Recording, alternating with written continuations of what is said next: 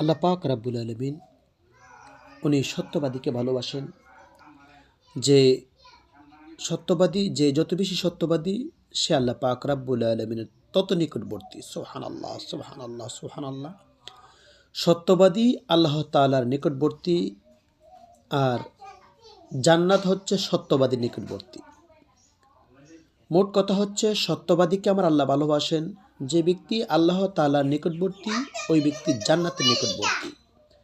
এই জন্য আমাদের উচিত আমরা অবশ্যই সত্যবাদী হব, সত্যবাদী হওয়ার চেষ্টা করব। আল্লাহ পাক রাব্বুল আলামিন আপনাকে আমাকে সত্যবাদী হিসেবে কবুল করুক। আমরা যেন মিথ্যা থেকে নিজেদেরকে হেফাজত করতে পারি, কেননা মিথ্যা হচ্ছে সমস্ত পাপের মা।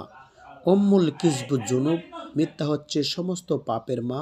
আল্লাহ পাক রাব্বুল আলামিন আপনাকে আমাকে সৎ পথে চলার তৌফিক দান করুক। সকলে বলে আমিন। আসসালামু আলাইকুম।